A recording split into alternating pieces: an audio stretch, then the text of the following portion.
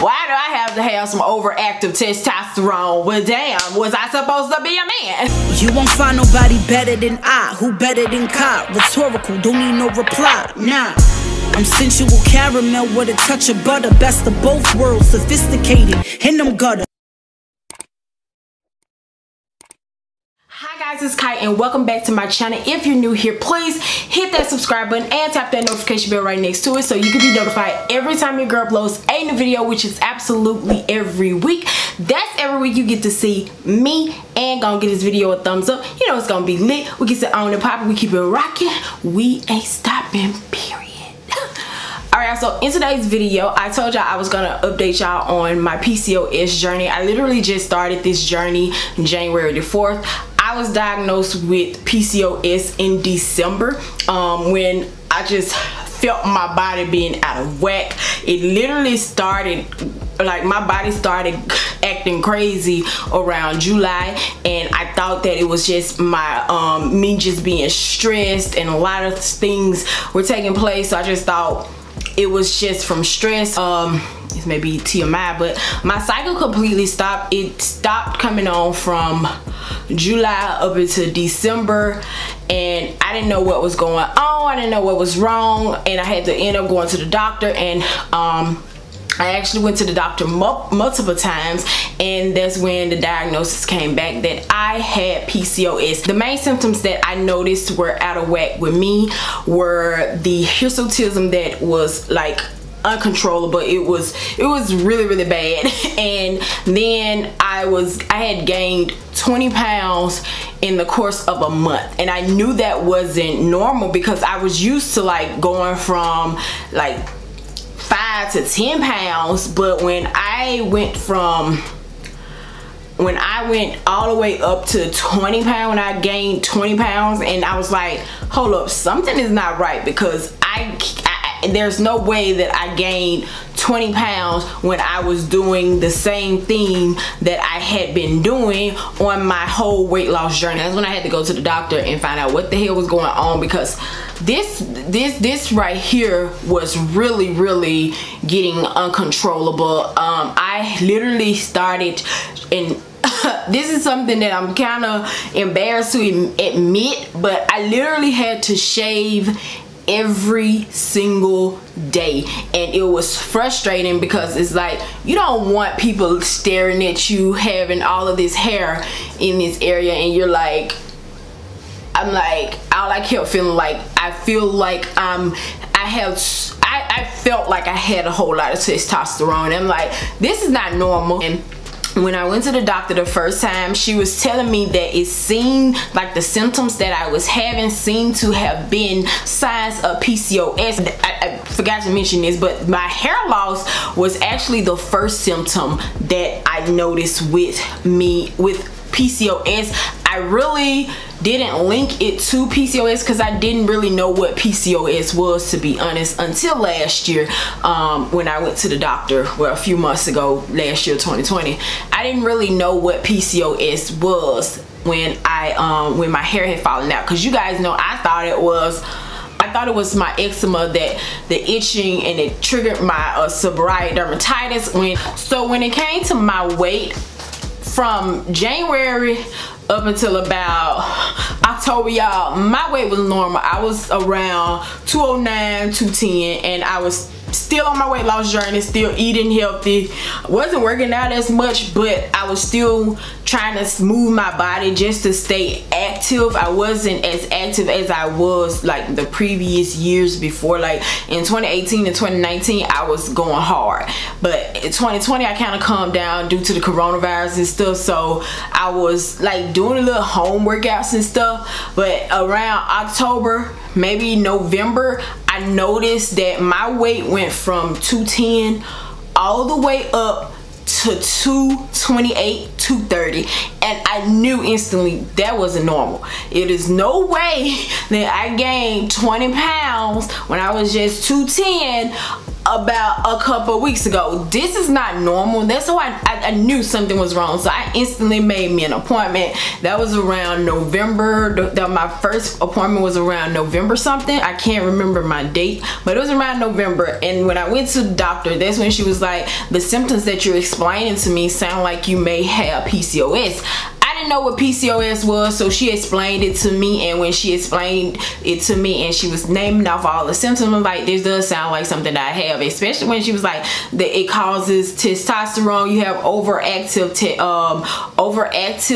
testosterone or something she was trying to explain to me, and I'm like, of all people, why do I have to have some overactive testosterone? Well, damn, was I supposed to be a man? But no, seriously, it took me by surprise, because I'm like, what the hell? How? You know, because it was a lot to take in the moment, because it's like I already felt like I was bum rushed with a whole bunch of nonsense in 2020. So like, this on top of what I'm dealing with, this is too much. This is too much. So when she told me that I might have PCOS, she gave me a pamphlet and told me to just research it more. And when I researched it more, I saw a lot of women talking about their experience with PCOS and how it causes problems with fertility, and it can cause you to have ovarian cancer, and it can cause all other stuff like obesity, diabetes, and all of this. And I'm like, wait a minute, this is too much. This is too much. I gotta stop, drop, shut them down, open up shop, roll, because that was too much for me to take in. And it's like, okay, I recently just lost 50 pounds, and here I am then gained 20 of those 50 pounds back. I'm confused. I don't know what is going on. I need to get myself together. I need to calm down. I need to breathe. And it's like, oh my gosh, I could really have this. Someone asked me in my PCOS video, how did the doctor know that I had PCOS? Well, when they suspect that you may have PCOS, you have to do a vaginal ultrasound. So I had to do the vaginal ultrasound, and then with my ultrasound you could see like little small cysts on my ovaries, and that is how they knew that I had PCOS. When you see on your ultrasound that you have like little small cysts outside of your ovaries, that indicates that you have PCOS, and that is what my ovary ultrasound had indicated, that I had PCOS. So everything that I was experiencing literally aligned with the PCOS. My hair loss, the hirsutism, and I'm like, how? That's kind of crazy, don't you think? That's kind of contradictory, that I got hair loss, but then I got facial hair growing and hair growing all over my body. Like, why my hair falling out of my head, but it's growing everywhere else? Like, I don't get it. Make it make sense, because it don't. So I'm like, this is too much. This is too much. And then the fertility thing on top of that, I'm like, girl. And then when I went back to my doctor and she put me on birth control, I did not like that. I did not like that. So I told her I did not want to be on birth control, but she insisted to just try it out for a couple of months and to see would it get you back on track. No. I'm not gonna lie, y'all. I've been taking the birth control, but now I'm like,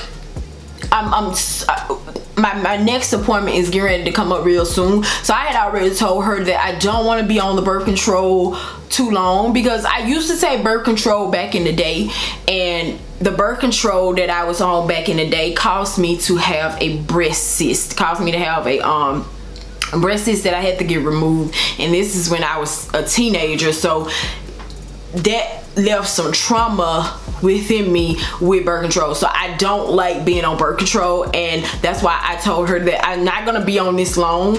I just want to see if it's gonna show you that my it can balance my hormones, then we can just try it until I come back. But I'm not gonna, I don't want to be on birth control. I'm not gonna be on birth control, and if she tries to put me back on it when I go back, I'm gonna tell her no. And if she insists, I'm gonna tell her that I'm not gonna take them, and I'm not gonna go and get the prescription. You can write it all you want, but I'm not going to go and buy them, because I'm traumatized from taking birth control back in the past, because birth control just caused too many, it just caused too many defects, and I just don't want, I don't want the drama. I don't want it. I don't want it at all.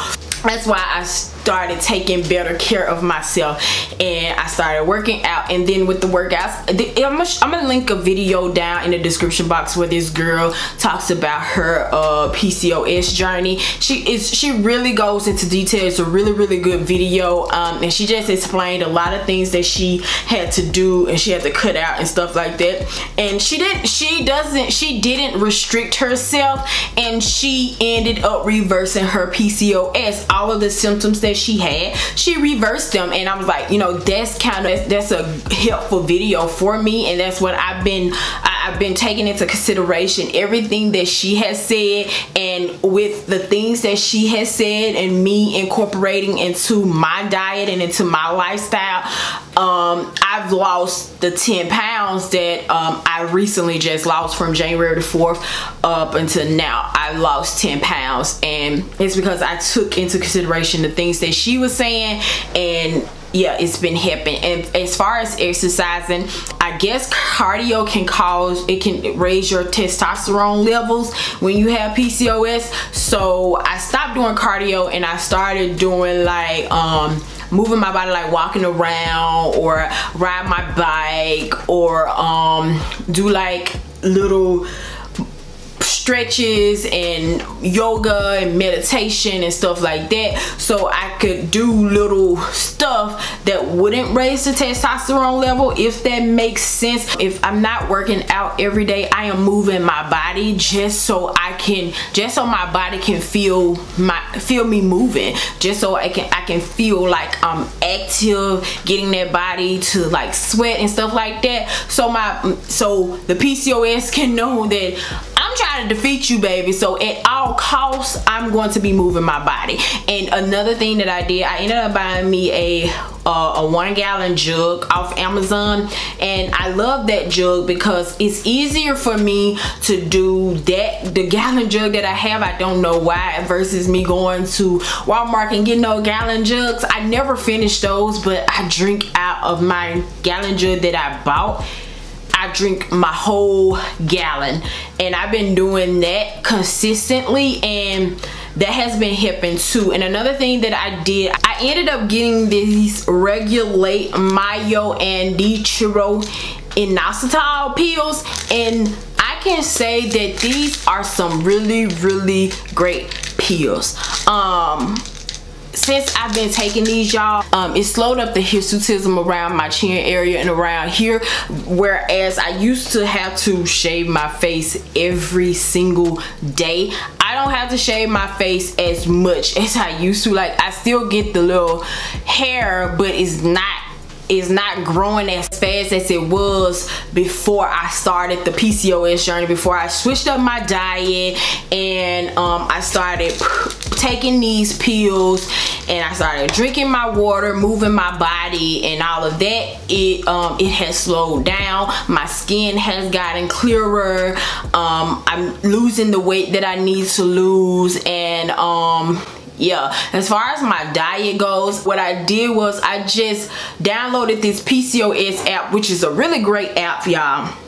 And this is a really great app that I use. Is this app here, and it shows you everything that is good when it comes to your PCOS diet. Like, you click on alfalfa and it says suggestion approved, and then let's go to something that is considered bad. Diet soda, it says avoid, because, and then it'll tell you why it is not good for a person that has PCOS. I love this app. And then even with the meats and stuff, meats and poultry, bacon, avoid. I try to do a vegan diet more so than putting meat in my diet, but I have kept meat in my diet. I just limit my meat intake, and I try to do as many vegan meals as I possibly can to avoid me eating so much meat. As far as sitting down and figuring out what works for me when it comes to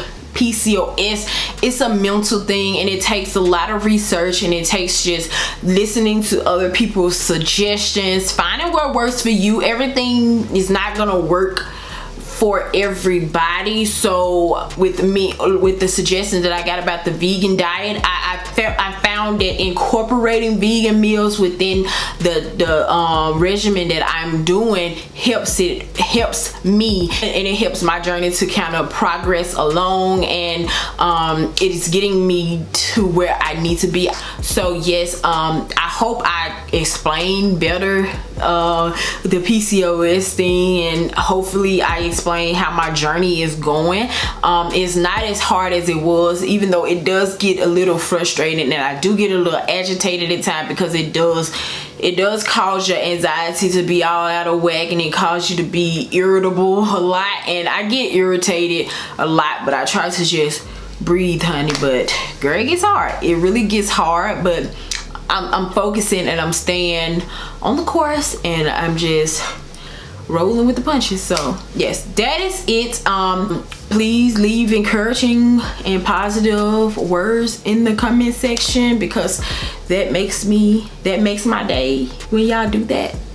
Yeah, that's it. Love you guys. Don't forget to like, comment, subscribe, all of that good stuff, and I'll see y'all in my next video. Bye.